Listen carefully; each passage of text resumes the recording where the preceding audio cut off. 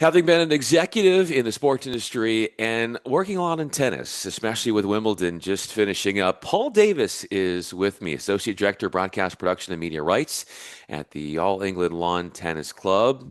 Thrilled to have you on, Paul. It's only timely knowing that we just watched the finals a few days ago from the championships at Wimbledon. I'm Bryan Fenley. Thanks so much for being here as we course through your career and your life.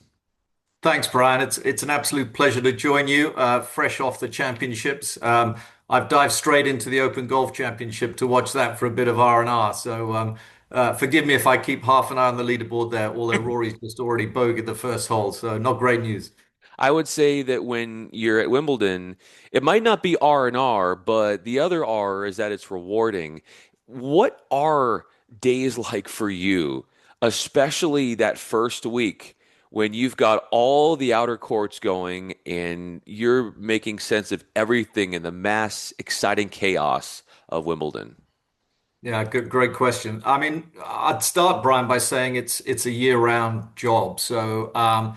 Really, by the time you get to, first day of the championships, that Monday morning, 11 o'clock, when the players all go out to the 16 outside courts, and obviously the number one court center start a little later, all your preparation work should be done. And it's a case of kind of unleashing all of the brilliant people that we employ, and that's a big number for us on the broadcast side. It's over 2,000 people to deliver the fantastic host coverage, which we produce in-house, have done since 2018. So we employ, top directors. They might be specialists in tennis from ATP Media or WTA Tour, but also we're lucky enough to be able to pull on the very best sports producers in the world who can turn their hand to tennis, but they're very used to producing big events. So we do that with great technicians. NEP are our great partner and a bunch of other suppliers who we draw upon, and we pride ourselves that we put a pretty decent show together. But to your point, the work is done by that Monday morning.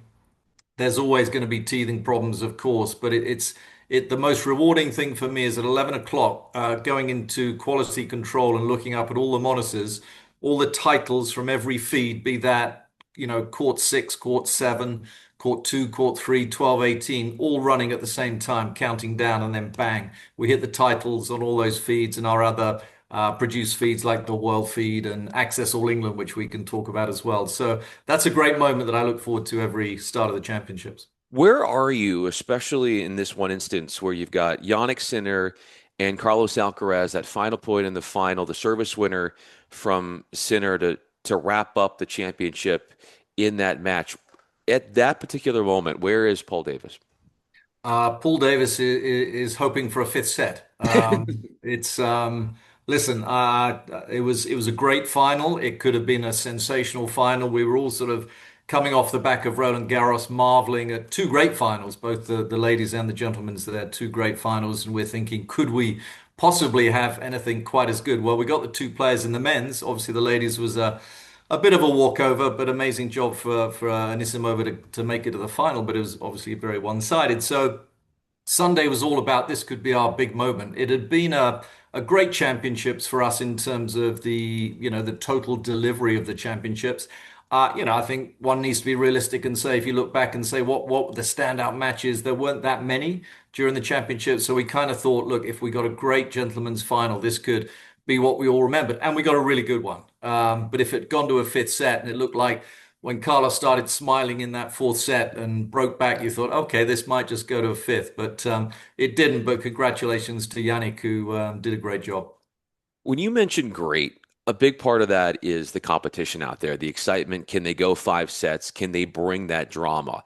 You, as a broadcaster, that is sort of out of your control. Like you hope that that happens because it will only spruce up the experience of the viewer and build up the excitement around what you're watching in the product.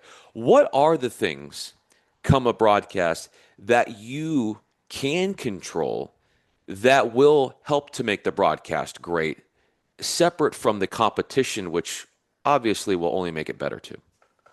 Yeah, great question.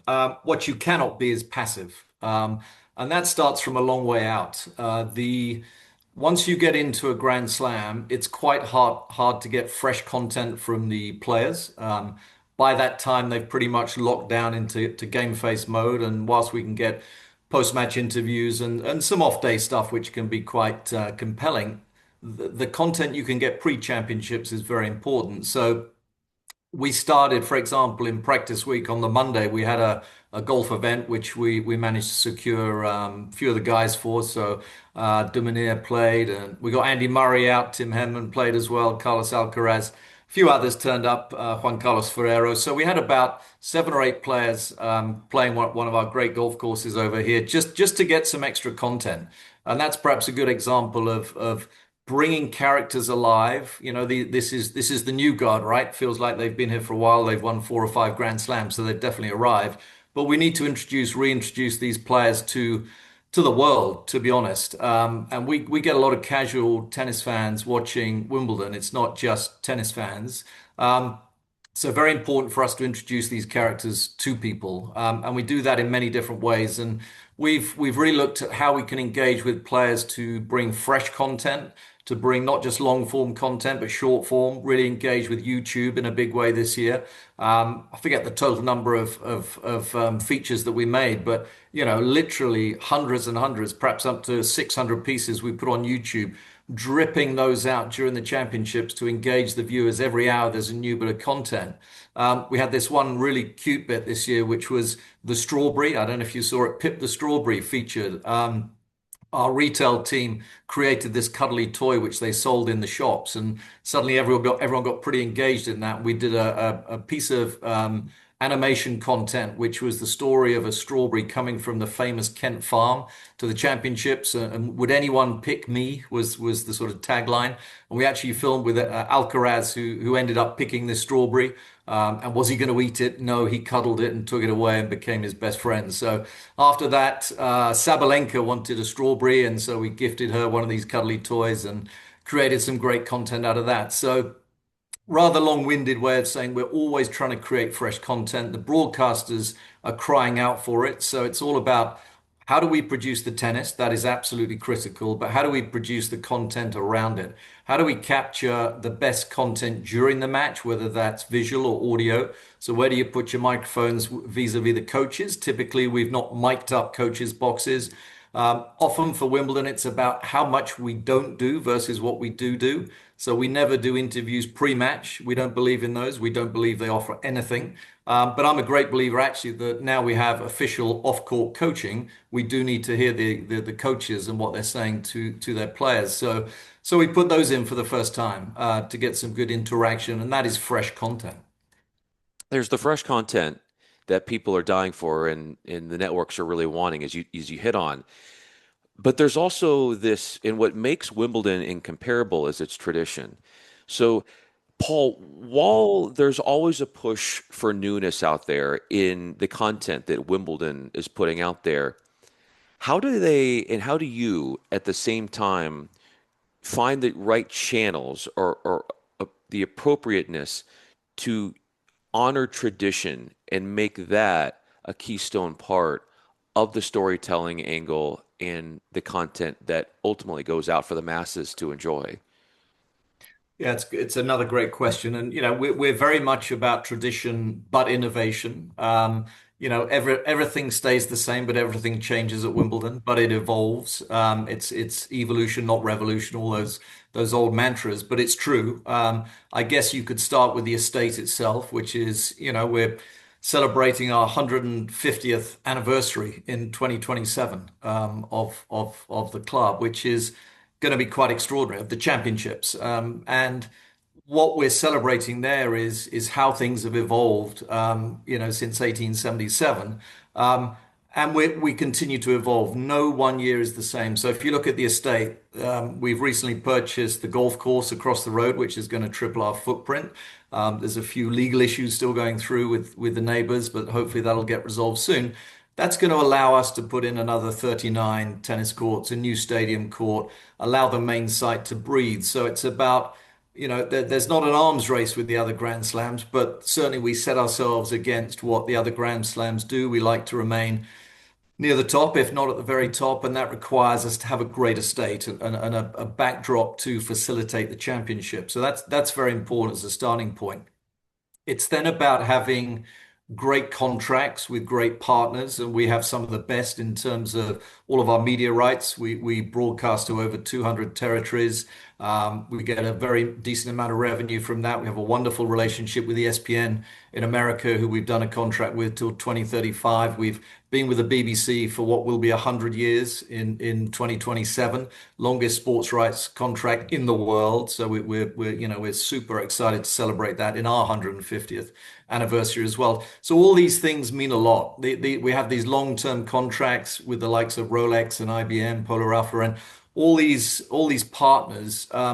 As you know, we're not overly commercial. We don't have a lot of brands on center court, number one court. They're subtly incorporated, and our mantra always was that if you get your name on center court, it's because you're providing a service effectively. So whether that's IBM with the data or Rolex with the timing, but that's changed a little bit, and we got a few more brands, which Barclays on the chair and that sort of thing. But it genuinely is pretty clean, and we love to play on that. And the players respect it. They respect the white clothing rule. It's green grass, and people tend to forget three of the Grand Slams used to be on grass till relatively recently. But now it's just us.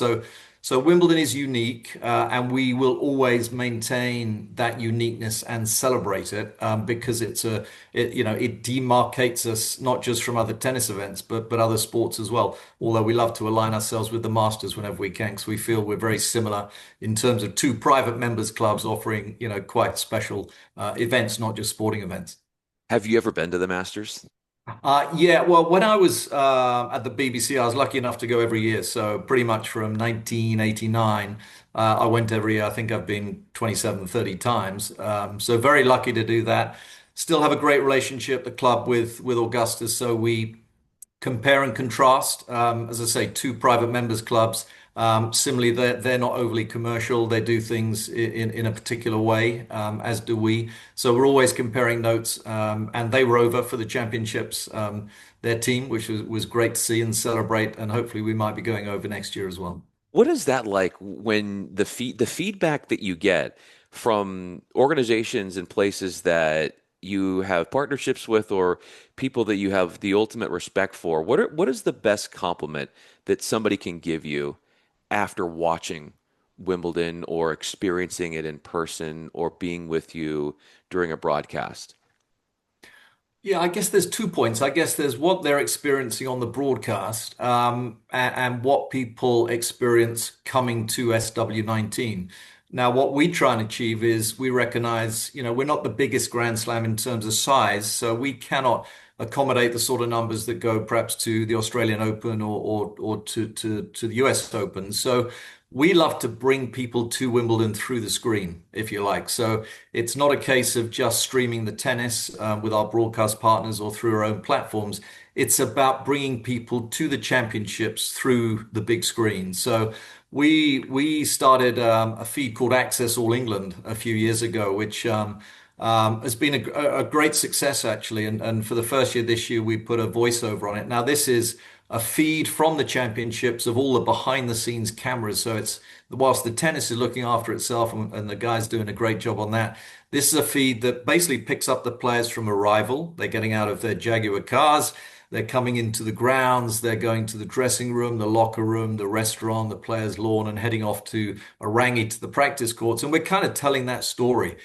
We use people like Nick McCarville, who you may well know, who was doing the voiceover with Abigail Johnson and one and two others. We had coaches dropping in so that when we went to the Orangi practice courts, they could talk with great authority about what the players were practicing and who the characters were down there. So we had people coming in all the time, and we might be looking at the flora and fauna of the place, and we might have our head of grounds in who could talk colorfully about that.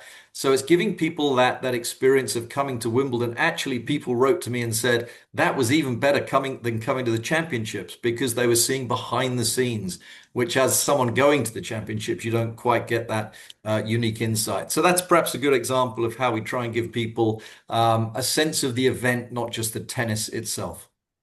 What is the convincing like that all players have different preferences about when they want to be talked to, when they want to be seen outside of the court.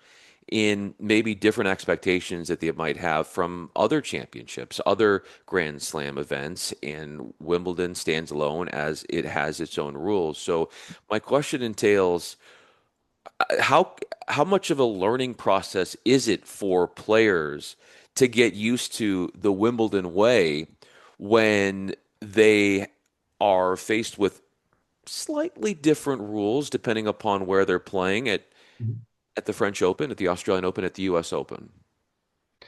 Yeah, we it's definitely about being respectful, but it's also about being in it together, right? This is the tennis family. You will know more than others that there's a lot of politics in tennis at the moment, but we are in it all together. And I have to say, all of that politics that has been rumbling recently was left at the gates of SW19.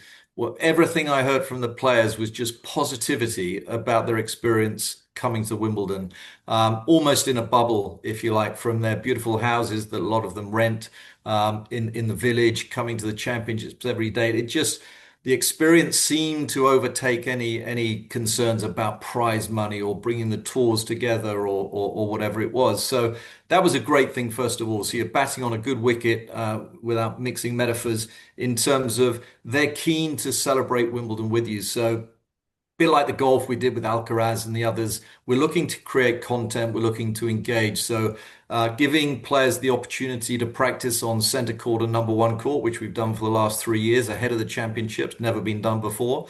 So the champions can do it. The champions can select who they play with. So Alcaraz chose Novak to warm up with on centre court. They agreed very graciously that we could mic them up. So we give them an earbud and a microphone. And for the first 10 minutes, they're just talking to each other. And Jamie Delgado, who was courtside, coach of Dimitrov, he was throwing them questions, just teasing them along. Some was humorous, but just to hear those two talking about what it was like to walk back onto the court that they had left a year ago, after the final, they were the first people to come on and play on this court. And just to hear Novak in particular saying he felt rude walking on the court. It was so beautiful. He shouldn't be doing it. He was bruising the grass. But getting great content in a way that you can't get in a sit-down interview. This is them stroking the ball backwards and forwards, relating to each other. And then we had after that Sabalenka playing against Coco Gauff off the back of the interview off the back of the final they played when everyone said Sabalenka was so rude to Coco. And well, actually, you saw them laughing and joking, and then actually Sabalenka talking about that situation at Roland Garros, saying that Coco, you can be as rude as you like to me when you beat me in a press, and it was just very humorous. But great content and getting it in a way, capturing it in a way that is not in a dark room somewhere, in a sort of cold interview. Speaking of interviews, what do you think goes into what you like to hear from a post-match interview, be it what a reporter is saying in a press conference or on court thereafter, in that captures the essence of what you feel the viewer needs to hear and wants to hear with whatever emotions come with it? Obviously, we do most of our interviews with the winners. Tend not to interview losers. You can do sometimes. Maybe there's a momentous retirement from the game, and sometimes they request, shall we do an interview? I remember when Roger likely played his last match, and he'd lost 6-love in the last set. That potentially was his last match at Wimbledon. And I knew that Tony Godsick was okay with us asking him whether he'd do an interview because it potentially was his last match. And the floor manager went on and said, "Look, Roger, would you be happy, comfortable doing an interview?" And he said, he turned around and he said, "This is not my moment. This is not my moment. Please interview the winner." Which is so typical Roger, right? That is not his moment. Same with Andy Murray and others. You never know when. I mean, was that Novak's last match at Wimbledon? Who knows? I think all his suggestions were that he'd be coming back next year. Let's hope he will. But Andy Murray was another interesting one in terms of you look at the Australian Open. He was retired, 4 years ago when they played the video and everything because everyone thought that was it. He came back and had new hips and new bodies and everything and went again. So you need to be careful when you interview these players. It was a bit like Dimitrov. playing Sinner, right? 2 sets to love up, and then went down with his pectoral just last week. And you think, should we interview Dimitrov? This is a real human interest story. Does he want to speak to the crowd and not apologize in any way, but just to thank them for the support? I mean, this is a guy who could have gone on to win the tournament, right? I mean, what desperation he must have been in. Um, and I thought about it, was going to go and talk back to the director and say, get to the floor manager, see if Dimitrov will do an interview. And then I thought, no, it's not right. I mean, the guy's in agony psychologically. What is he going through? So he went off, and that wonderful image of Yannick carrying his bag and walking off the court was extraordinary. And then I'm thinking, well, is Yannick going to do an interview because he's just walked off? And actually, then he comes back and very graciously talks, all about Dimitrov, not about himself, which was just perfect, and that captured the moment beautifully. It creates this, they're on a pedestal. In a way, it's like you're heroicizing them. And I love what you said about the journalistic background because, yeah, not to take anything away from former players, but having been schooled in the journalistic viewpoints of what a story is and what deems to be something you need to report on, there is that unique angle that comes out. And when you look at the players and how they react to there's the because a lot of the former players are friends of the current players. So that interview dynamic, how is that different, or is it compared to, say, a player talking to a professional journalist and what may or may not be discussed? I guess it's all dependent on the situation, but I would think there would be some comparing and contrasting going on there.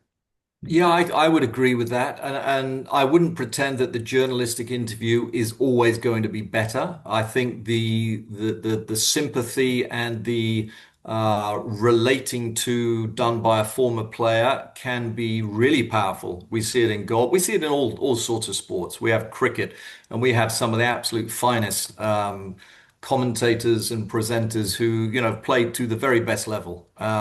And hearing them sympathetically interviewing a player, and they've been through that themselves, or they can reference a particular moment in a match because they truly understood what it meant and what they were going through, can be very powerful. So I think you can argue it either way. We choose to go down that route. But it's about, I think if you switch it over to looking at the commentary side, I managed to get Agassi to do a semi-final for us this year. He was over doing a documentary at the club, and he was gracious enough to do a semi-final, just a one-off. He was in the Royal Box for the actual men's final.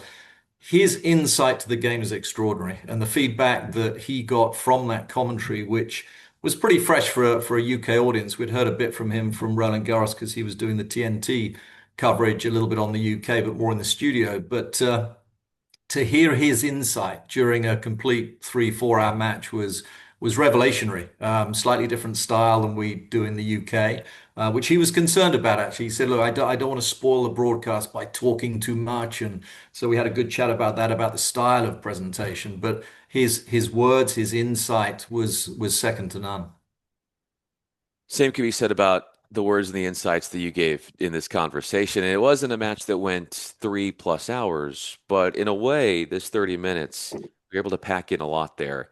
And I'm forever grateful for the time. Very enlightening. Paul Davies, Associate Director of Broadcast Production and Media Rights, All England Lawn Tennis Club out of Wimbledon. Truly an honor to have you, Paul. Thanks so much for dispelling the info, your experiences, and the behind the scenes look at what you do and what makes Wimbledon at the top of the list in just about every category when it comes to tennis greatness and putting on an event. Thanks so much. Thanks, Brian.